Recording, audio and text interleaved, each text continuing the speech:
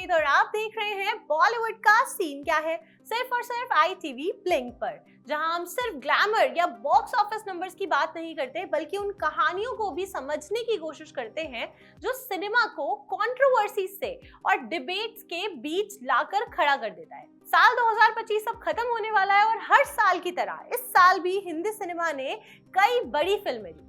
कुछ ने box office पर रिकॉर्ड तोड़ दिए तो कुछ ने रिलीज से पहले ही विरोध का तूफान खड़ा कर दिया। जी हाँ, आज के एपिसोड में हम बात करेंगे 2025 की उन कंट्रोवर्शियल फिल्म्स की जो साल भर हेडलाइंस में रही। इस लिस्ट में सबसे पहले बात करते हैं हम उस फिल्म की जिसने रिलीज से पहले ही पॉलिटिकल और सोशल टेम्परेचर को एकदम हाई कर दिया था। Any guesses?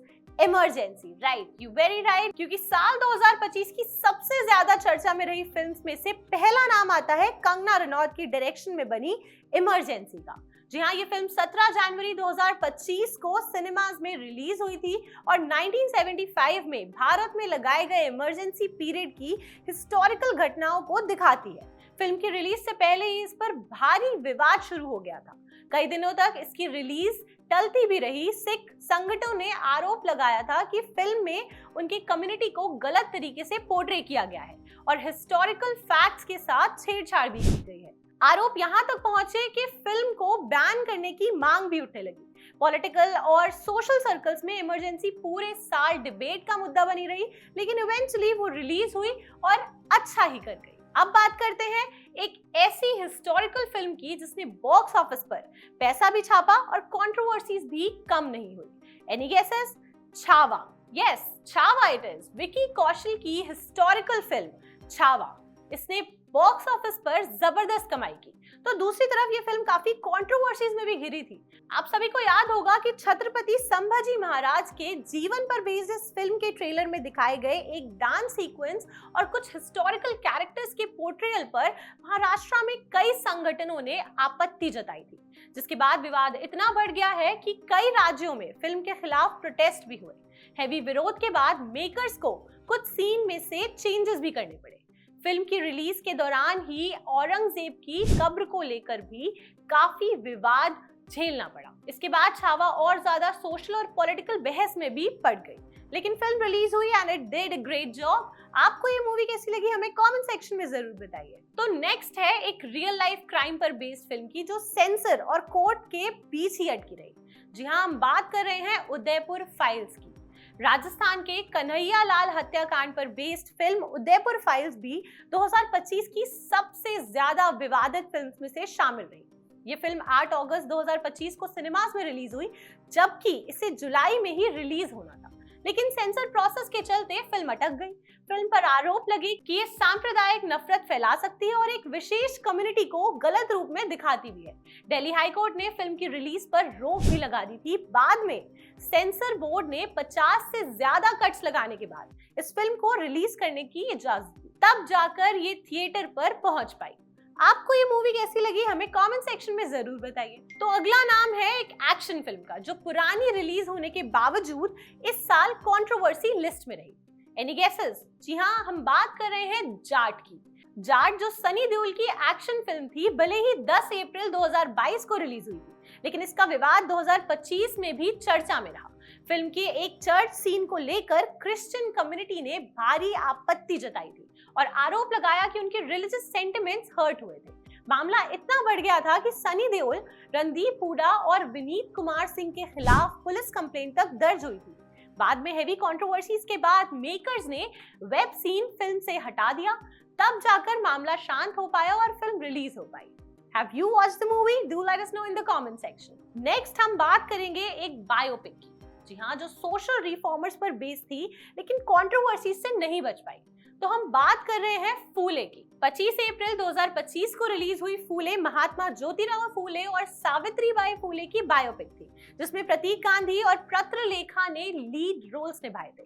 फिल्म में दोनों एक्ट्रेस की एक्टिंग को काफी सराहा भी गया था, लेकिन फिल्म जो थी वो कंट्रोवर्सी से बच नहीं पाई। हाँ, कुछ ब्राह्मण संगठनों ने आरोप लगाया कि फिल्म में उनकी कम्युनिटी को नेगेटिव तरीके से दिखाया गया है। विवाद इतना बढ़ गया कि फिल्म की रिलीज डेट तक पोस्टपोन करनी पड़ी। जी हाँ, सेंसर बोर्ड के इंटरवेंशन के बाद ही फिल्म को ग्रीन सिग्नल मिला पूरे कंट्रोवर्सीज में पॉलिटिकल पार्टीज को इन्वॉल्वमेंट भी देखने को मिला। आपने ये मूवी देखी है? हमें कमेंट सेक्शन में जरूर बताइए और कैसी लगी ये भी बताइएगा। तो नेक्स्ट है एक ऐसी फिल्म जिस पर पॉलिटिकल प्रोपेगेंडा के आरोप लगे थे। आपको क्या लगता है कौन सी ऐसी मूवीज है? ऐसे तो बहुत सारी मूवीज है, लेकिन फिलहाल हम बात कर रहे हैं द बंगाल फाइल्स की। जी हाँ, विवेक अग्निहोत्री की बंगाल फाइल्स 5 सितंबर 2025 को रिलीज हुई थी और रिलीज से पहले ही मार्केट में फिल्म को लेकर काफी बज़ था। फिल्म 1946 की हिंसा और हिंदू नरसंहार के दावों पर बेस्ड थी। कई लोगों ने इस फिल्म को पॉलिटिकल प्रोपेगेंडा करार दिया था, लेकिन वेस्ट बंगाल में फिल्म की रिलीज पर रोक लगा दी गई थी। फिल्म के खिलाफ प्रोटेस्ट हुए और काफी जगह टेंशन का माहौल बना रहा था, जिस वजह से ये साल की सबसे ज्यादा पोलराइजिंग फिल्म्स में से शामिल हो गई। तो अब हम जिस मूवी की बात करने वाले हैं वो मूवी तो भारत में रिलीज ही नहीं हो पाई। जी हाँ, अबीर गुलाल, पाकिस्तान एक्टर फवाद खान और वानी कपूर की फिल्म अबीर गुलाल भारत में रिलीज ही नहीं हो पाई। 2025 के पहलगाम आतंकी हमले के बाद देश भर में पाकिस्तानी आर्टिस्ट के खिलाफ गुस्सा देखने को मिला। इसके बाद मेकर्स ने फिल्म को सिर्फ ओवरसीज रिलीज करने का फैसला किया।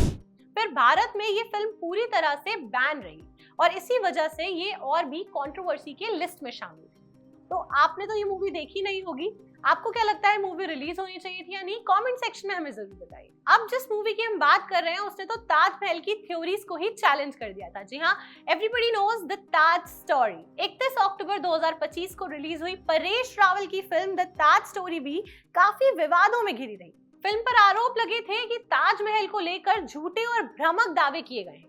ताजमहल के अंदर शिव मंदिर होने जैसे क्लेम्स पर जोरदार बहस हुई। कोर्ट में यह भी कहा गया कि फिल्म सांप्रदायिक माहौल बिगाड़ सकती है, जिस वजह से ये फिल्म लीगल और सोशल कंट्रोवर्सीज का हिस्सा भी बन गई। आपने ताज स्टोरी देखी? आपके इस फिल्म के बारे में क्या व्यूज है? हमें कमेंट सेक्शन में जरूर बताइए। इसके बाद बॉलीवुड सिर्फ फिल्म्स की नहीं जबकि वेब सीरीज से भी काफी कंट्रोवर्सीज में गिरा रहा। हम सबकी favourite the Aryan debut the bads of Bollywood, Shahrukh Khan के बेटे आर्यन की web series the bads of Bollywood की 2025 में हेडलाइंस में रही।